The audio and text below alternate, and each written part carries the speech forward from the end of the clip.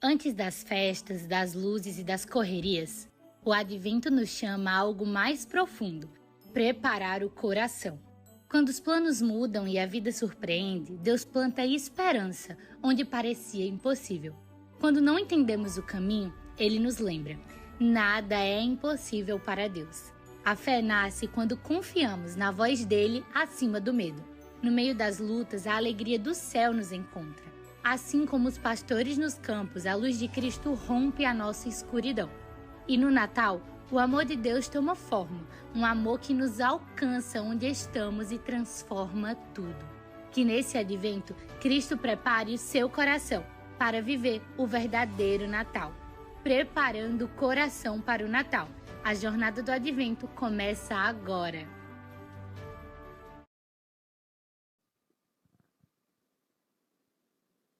Bom dia, meus irmãos. Tem alguém acordado aí? Bom dia, meus irmãos. Felicidade de estar aqui com você. Eu me chamo Gabriel Uchoa, sou pastor na Paróquia Anglicana Espírito Santo, lá em Recife. É um prazer para mim estar aqui com você, poder compartilhar uma palavra da parte de Deus com a sua vida. A gente vai conversar hoje sobre um tema que muito me alegra, que é a alegria. A alegria em meio às lutas. A gente está nessa série de mensagens aqui, preparando o nosso coração para o Natal, nesse tempo de Advento, que nos ensina a esperar com esperança. Esperar com esperança, expectativa, com verdade, com amor, com alegria, a vinda do nosso Senhor. O Advento nos lembra que o Senhor veio, que o Senhor vem e que Ele virá. Então, nós temos muita alegria. Nós temos muita alegria. Antes de continuar essa mensagem, eu queria orar mais uma vez com você. Eu queria que você fechasse os seus olhos, que você pudesse se concentrar apenas no Senhor nesse tempo e pudesse colocar o seu coração diante dele. Senhor Jesus, muito obrigado por essa manhã maravilhosa, por esse dia maravilhoso que o Senhor está aqui conosco. Eu te peço, Deus, que o Senhor possa abrir o nosso coração, abrir a nossa mente, que o Senhor possa expandir a nossa capacidade de reter o conhecimento para usá-lo com sabedoria na nossa vida, para que a gente possa aplicar aquilo que o Senhor vai nos ensinar a partir da Tua palavra nesse lugar hoje. Eu te peço, Deus, que o Senhor venha a ter um encontro conosco, que o Senhor mostre a Tua face a nós. Nós acreditamos que o Senhor veio, nós acreditamos que o Senhor vem e que o Senhor virá. Eu te peço também, Deus, que as palavras dos meus lábios e o meditar do meu coração sejam agradáveis na Tua presença, Tu, que és a minha rocha e o meu Redentor. É por Ti que nós vivemos. Em nome de Jesus, a igreja diz: amém. Deixa eu lhe perguntar uma coisa. Você já recebeu uma boa notícia em um dia ruim? Você já recebeu uma notícia boa num dia ruim? Um daqueles dias que o seu corpo está presente, mas o coração está cansado. São aqueles dias que a rotina pesa, que a esperança parece silenciosa, que a fé, por mais que não tenha desaparecido, está exausta. A vida tem esses dias que a gente pode chamar de longas noites, em que nada parece extraordinário. Parece que o próximo dia vai ser só uma repetição do dia que a gente está vivendo hoje. Eu queria lhe dizer que foi exatamente num dia como esse que o Natal aconteceu. Foi exatamente num cenário como esse que o Natal começou. A narrativa bíblica, ela não romantiza o contexto. Os pastores estavam ali trabalhando. Não tinha nenhum clima espiritual. Não estava acontecendo um culto. Não havia uma expectativa messiânica explícita. Homens simples, pastores, vigiando rebanhos na noite, em campos escuros, lidando com perigo, com frio, com cansaço, invisíveis aos olhos da sociedade. Mas eles estavam visíveis aos olhos de Deus. Distantes do templo, fora do centro religioso ali, do centro social, do centro político, homens que não estavam no radar de ninguém, mas estavam no radar de Deus. É aqui que o Evangelho começa a confrontar as nossas expectativas. Porque isso precisa nos ensinar que Deus escolhe os campos, não os palácios. Olha, Deus escolhe a noite e não o palco. Ele escolhe trabalhadores cansados, não líderes influentes do seu tempo. A alegria celestial, ela rompe a escuridão terrena. O céu invade a nossa rotina. A glória aparece onde ninguém esperava. Isso precisa ensinar ao meu e ao seu coração que a verdadeira alegria do Natal não nasce em circunstâncias favoráveis, mas da presença inesperada de Deus. O de repente de Deus acontece nos dias mais comuns. É quando a gente não espera.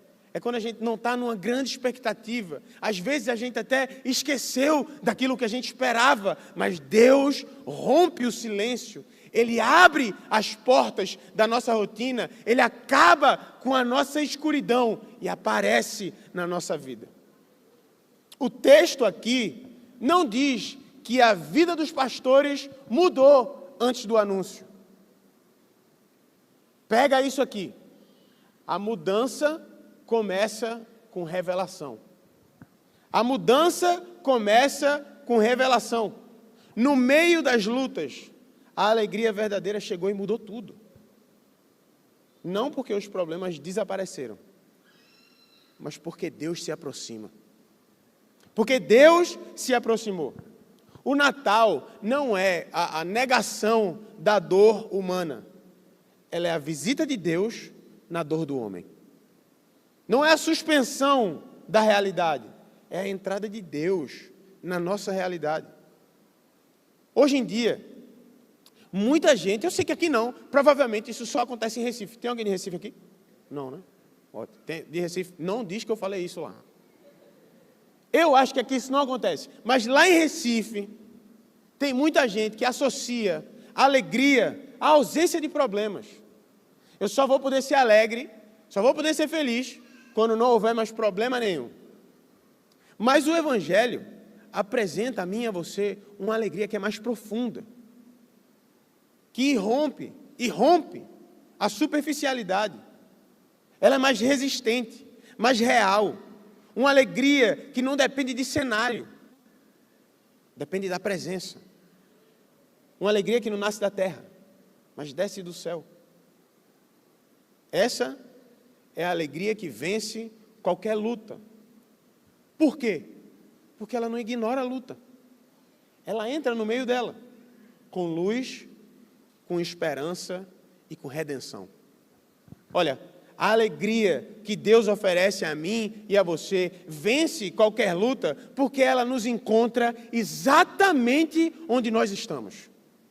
Exatamente onde eu e você nos encontramos. Veja essa parte do texto. Lucas 2:8 vai dizer o seguinte: havia pastores que estavam nos campos. Fala comigo, estavam, mas fala como se você tivesse acordado. Estavam nos campos. Havia pastores que estavam nos campos próximos e durante a noite tomavam conta dos seus rebanhos. Essa frase simples carrega uma das verdades mais libertadoras do Evangelho. Como assim, pastor? Eles estavam nos campos. Eles não estavam procurando Deus. Não estavam numa grande expectativa, numa peregrinação espiritual para encontrar Deus. Não, eles estavam trabalhando, cansados, provavelmente contando o tempo para a noite acabar e o dia aparecer. E é exatamente aqui que Deus decide agir. Às vezes é assim na minha e na sua vida. A gente está contando o tempo para a noite da nossa vida acabar, para que a alegria possa vir pela manhã, para que as misericórdias possam se renovar pela manhã. Mas é no meio da noite que Deus decide agir. Preste atenção nisso aqui. A alegria de Deus não depende do nosso desempenho espiritual. A alegria de Deus não depende do meu e do seu nível de maturidade. Não depende da sua posição religiosa. A alegria de Deus nos encontra no ponto exato onde nós estamos. O Evangelho começa sempre, fala comigo, sempre com iniciativa divina. A iniciativa do Evangelho vem de Deus e não do homem. Deus não espera que o homem suba, ele desce. Deus não exige que a gente se torne digno para que Ele nos visite. Ele nos visita na nossa indignidade. Essa é a terrível lógica da graça. É isso que faz com que muitas vezes eu e você não entendamos a graça de Deus. Desde o Gênesis é assim. Deus é o Deus que procura. Ele desce, vai até Adão e pergunta: onde é que você está, Adão? Em Êxodo, ele desce e vai libertar o povo escravizado. Nos profetas, ele insiste, vez após vez, profeta após profeta, em ir em direção aos corações que estão endurecidos. E em Jesus, ele entra definitivamente na nossa história. Ele vem atrás de mim e de você. Ele nos encontra onde nós estamos. João diz que o Verbo se fez carne e habitou entre nós. A palavra é tabernaculou. Ele armou a sua tenda no nosso meio.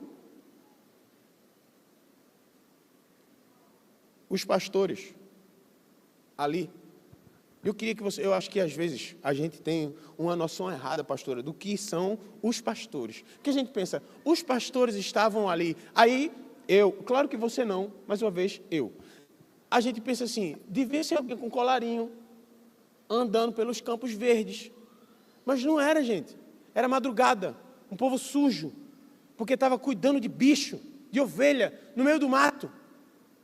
Esses eram os pastores, não esses. Aqueles eram os pastores, longe do templo, longe do centro religioso, longe do lugar onde, teoricamente, Deus deveria se manifestar.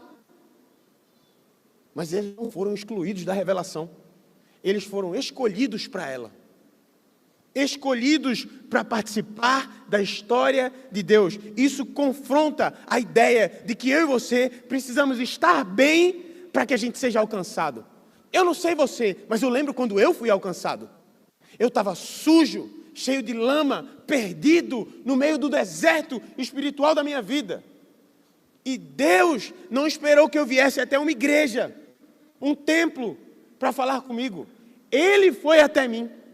Ele foi lá e falou comigo: eu quero você de volta, você é meu, você me pertence. E isso vale para você, talvez maravilhosamente bem. Deus escolheu que você estivesse aqui essa manhã para dizer isso para você. Não espere estar bem para estar em casa. Você só vai ficar bem quando voltar para casa.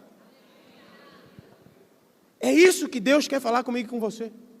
Deus não espera que você chegue lá, que você alcance. É Ele que vai até você. Onde você está? Como você está? Romanos 5 nos ensina que Deus morreu.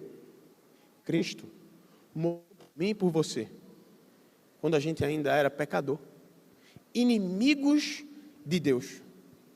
Lá em Efésios, Paulo vai declarar que nós estávamos mortos, mas Jesus nos encontra e nos dá vida. A graça, meus irmãos, não aguarda evolução, ela gera transformação. Ela nos encontra na bagunça, no medo, na rotina comum. O Deus do Natal não se distancia, ele se aproxima. D.L. Moody disse algo importantíssimo. Ele fala o seguinte: Deus nunca usará ninguém grandemente até que ele tenha tocado essa pessoa profundamente. Olha, antes de qualquer envio, existe um encontro. Antes de qualquer mudança externa, existe um encontro interno, uma obra interna. A alegria que vence as lutas começa quando eu e você somos visitados por Deus exatamente onde a gente está. E quando Ele chega, tudo muda. Quando Ele chega, tudo muda, ainda que o cenário permaneça o mesmo. Ainda que o ambiente, ainda que a perspectiva, ainda que o lugar que você esteja permaneça igual, quando Deus chega na sua vida, tudo muda. O jeito que nós olhamos para as coisas muda. A alegria que Deus oferece vence qualquer luta, porque ela supera os nossos medos mais profundos. Veja o que diz o texto. Um anjo aparece, e a primeira coisa que ele declara é: não tenham medo. Não tenham medo. Essa é a primeira observação, a primeira palavra celestial. Não tenham medo. Não é cobrança, não é exortação, não é correção, não é exigência, é consolo. Quando o divino aparece, eu não sei você, mas eu ia ficar aterrorizado. Aparece um anjo na minha frente. Eu ia ficar com medo. Eu não sou acostumado a ver anjo, gente. Eu vejo pastora Linda, um anjo. Seu bispo Márcio, um anjo, arcanjo quase. Era para o nome dele ser Miguel. O bispo Miguel, arcanjo. Esses, quando eu vejo, eu não tenho medo. Às vezes, pastora Linda, eu tenho. Mas não é sempre. Nem sempre, mas às vezes eu tenho. Mas se fosse um ser divino, celestial, eu ia ter medo. É normal que tenhamos medo. Quando o divino se manifesta, o coração humano treme. O medo dos pastores não era falta de fé, gente. É a consciência da própria pequenez diante da glória de Deus. Isaías viveu isso, Moisés viveu isso, João viveu isso, Pedro viveu isso. Sempre que o sagrado invade o cotidiano, algo em nós treme. Isaías disse: ai de mim. Pedro pediu a Jesus que se afastasse. João caiu como morto. O medo revela a nossa fragilidade, mas também prepara o terreno para a graça. A resposta de Deus ao medo humano não é afastamento, é aproximação. Não tenham medo. Antes da notícia, vem a paz. Calma. É consolo. Não fica com medo. Eu estou aqui. Antes da promessa, vem o conforto. Isso nos ensina que Deus não ignora as nossas emoções. Ele redime as nossas emoções. O Evangelho não vai negar a sua dor. Ele oferece um consolo que é mais forte do que ela. O Salmo 34 diz que o Senhor está perto dos que têm o coração quebrantado. Isaías diz que não vai quebrar, que ele não vai esmagar o caniço quebrado. A alegria do céu não elimina automaticamente as suas lutas. Se alguém disse isso, eu sei que aqui tem pastores verdadeiros, você nunca vai escutar isso nessa casa. Mas se alguém chegar para você e dizer assim: se você virar crente, hoje acabou suas lutas. É mentira. Ela não elimina automaticamente as nossas lutas, mas ela redefine a forma que a gente enfrenta essas lutas. Você enfrenta agora com propósito. Você sabe o que pode gerar em você. Veja, aonde existe medo, Deus estabelece presença. Porque o Espírito do Senhor, quando se faz presente, Ele lança fora todo medo. Onde há insegurança, Ele derrama confiança. João 14 vai lembrar isso para a gente. A paz que Jesus dá para mim e para você não é como o mundo entrega. Ele não depende das circunstâncias, não depende de circunstâncias favoráveis, mas da certeza da companhia divina. Quando Deus fala, Ele substitui o temor por boas novas.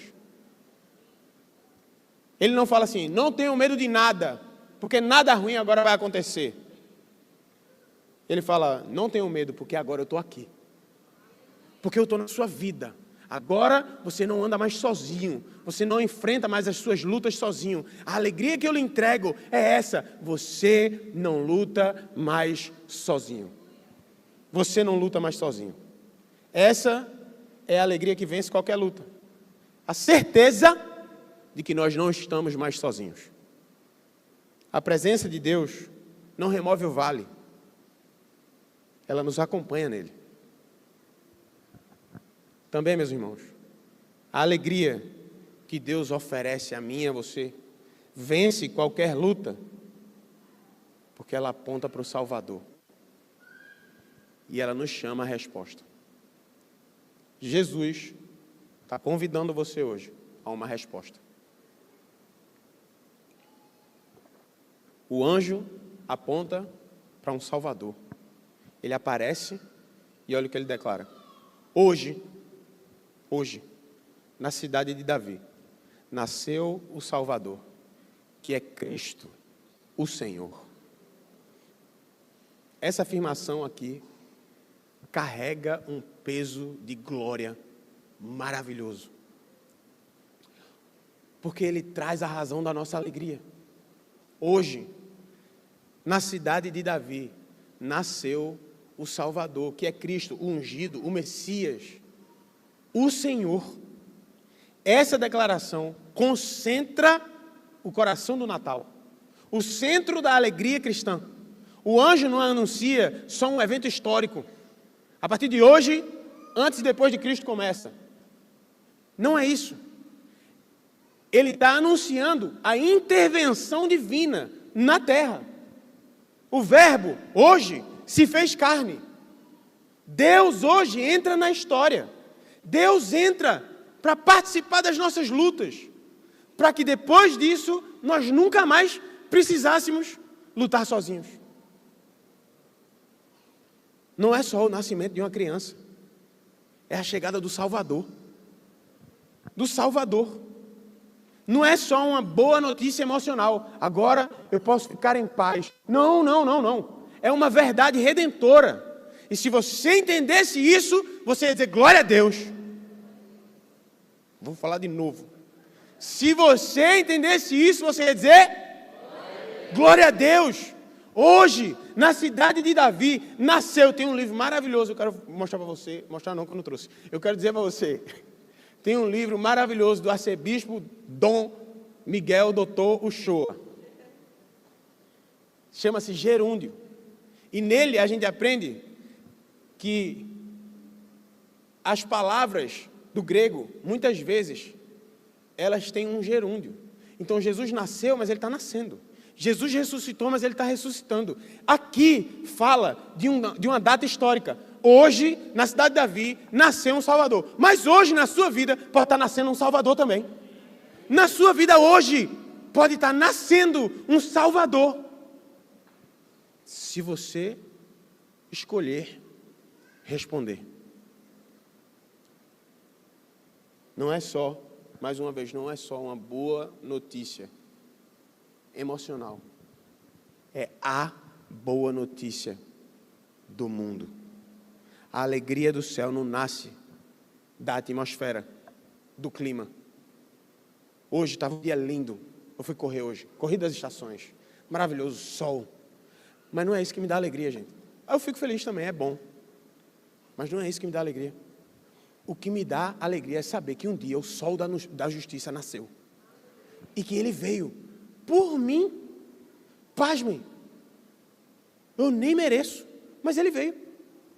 Você não merece, mas ele veio. Nós não merecíamos, mas ele veio, nasceu, morreu e ressuscitou por mim e por você. por mim e por você. O nascimento da alegria não vem da expectativa humana, ele vem de uma pessoa. Cristo é o conteúdo da nossa alegria. Ele é o conteúdo da nossa alegria. Sem Ele, o Natal perde sentido. Sem Ele, o Natal é só um dia para você ficar com raiva, porque comeu demais. Chester, tender, abacaxi, todas as coisas que engordam na vida, tem no Natal. Mas porque tem Jesus, você não precisa se preocupar com isso. Você se preocupa com Jesus que salvou a sua vida. Aleluia. Então, come Chester, sem problema. Porque Deus nasceu. Amém? Com Ele, meus irmãos, até a dor ganha esperança. A dor ganha esperança. Eu sei que isso não faz muito sentido. Mas eu e você, que entregamos a nossa vida a Jesus, nós sofremos diferente. Nós vivemos a dor de uma maneira diferente. Nós nos alegramos de uma maneira diferente. Nós somos felizes e alegres apesar de, porque nós temos uma certeza: Ele virá. Ele virá. E eu estarei com Ele. Ele virá e eu estarei. O texto afirma claramente: Ele é o Salvador. Isso pressupõe uma necessidade real de salvação. Nós precisamos ser salvos. O Evangelho não começa dizendo que a gente estava confuso. Porque você estava confuso, Deus veio até a terra. Não. Ele não fala que era porque você estava cansado, ou porque você estava emocionalmente vazio. Não. Ele diz que você precisava de um Salvador, porque você estava perdido, separado de Deus, escravo do pecado e da morte. Por isso, a alegria que é anunciada não é superficial. Ela é profunda, porque ela toca os problemas mais profundos do ser humano. Jesus não veio apenas para lhe animar em tempos difíceis. Ele veio para reconciliar você com o Pai. Ele veio para restaurar aquilo que foi quebrado no Éden. O anjo também declara que ele é Cristo, o ungido. O cumprimento das promessas feitas a Davi, a Abraão, aos profetas. O Natal não é só um improviso divino. Não é um improviso divino, é um cumprimento fiel da história da redenção. Meus irmãos, por favor, entendam, Deus é coerente. Deus é coerente, Ele cumpre o que Ele promete. Se Deus prometeu algo para a sua vida, Ele vai cumprir.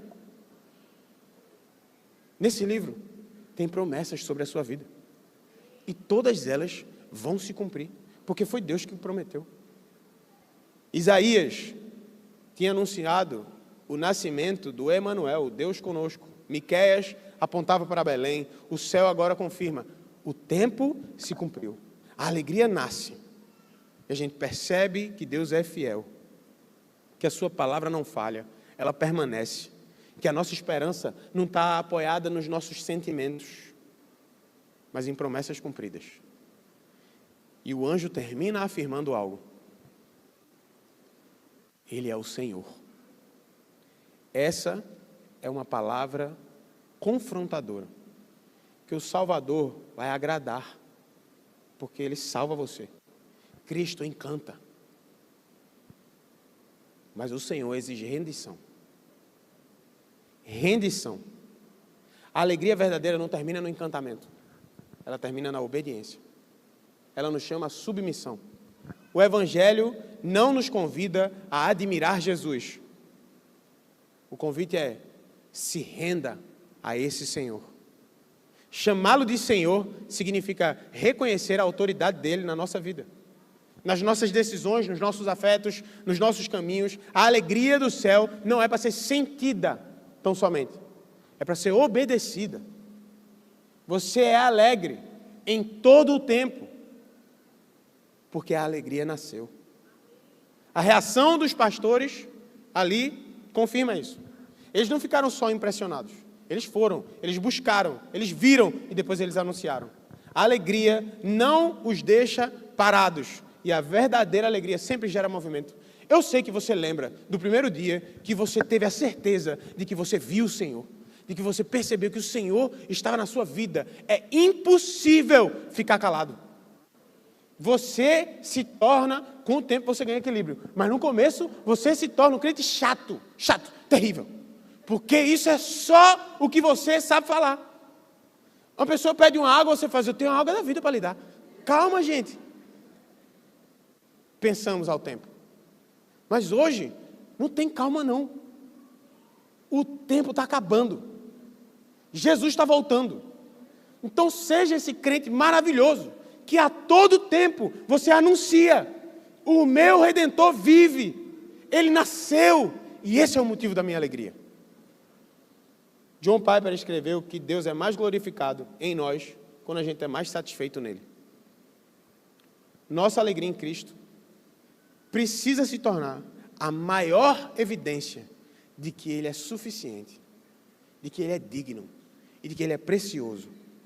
O Natal, então, meus irmãos, não é só um lembrete emocional anual.